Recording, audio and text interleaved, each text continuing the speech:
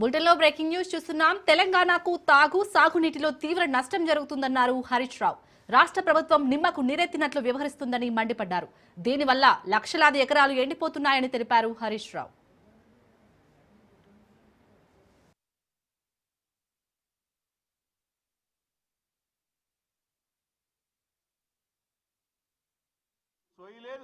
బీజేపీకి ఏమో పార్టీ లేదు, దొందే రెండు పార్టీలు కలిసి ఇవాళ తెలంగాణకు అన్యాయం చేస్తున్నటువంటి పరిస్థితి ఉంది.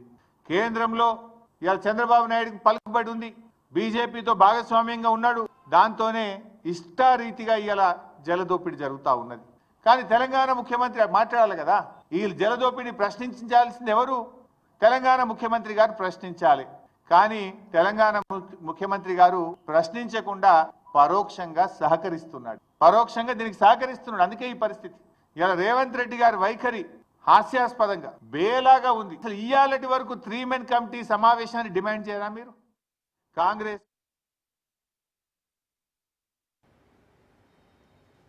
తాత్కాలిక ఒప్పందం ప్రకారం ఏపీ వాటా 512 టీఎంసీలు, కానీ ఇప్పటికే 657 టీఎంసీలు తీసుకుపోయిందని హరీష్ రావు తెలిపారు. దీనిపై ప్రభుత్వ పెద్దలు ఎందుకు ప్రశ్నించడం లేదని ప్రశ్నించారు హరీష్ రావు. రాష్ట్ర హక్కులను ఏపీకి తాకట్టు పెట్టడానిక మిమ్మల్ని ప్రజలు ఎన్నుకున్నదని ప్రశ్నించారు హరీష్ రావు. ఒప్పందం ప్రకారంగా ఆంధ్రప్రదేశ్ వాటా 512 టీఎంసీలు, కానీ ఇప్పటికే ఆంధ్రప్రదేశ్ 657 టీఎంసీలు తీసుకుపోయింది. 657 టీఎంసీలు తీసుకపోతే మీ నోరు పెగలడం లేదా అని అడుగుతా ఉన్నా. అనుకున్నది ఎందుకు? రాష్ట్ర హక్కులను ఆంధ్రప్రదేశ్కు తాకట్టు పట్టడానికి మిమ్మల్ని రాష్ట్ర ప్రజలు ఎన్నుకున్నారా? గడిచిన 25 రోజుల్లోనే 60 టీఎంసీల నీళ్లు తరలించారు. అంటే దాదాపు రోజుకు 2 టీఎంసీల నీళ్లు పోతా ఉన్నాయి. అంటే తెలంగాణ నీటి ప్రయోజనాలు కాంగ్రెస్ ప్రభుత్వానికి పట్టవా? ఇలా మీ నిర్లక్ష్యం తెలంగాణ పాలిట పెను శాపం కాబోతా ఉంది.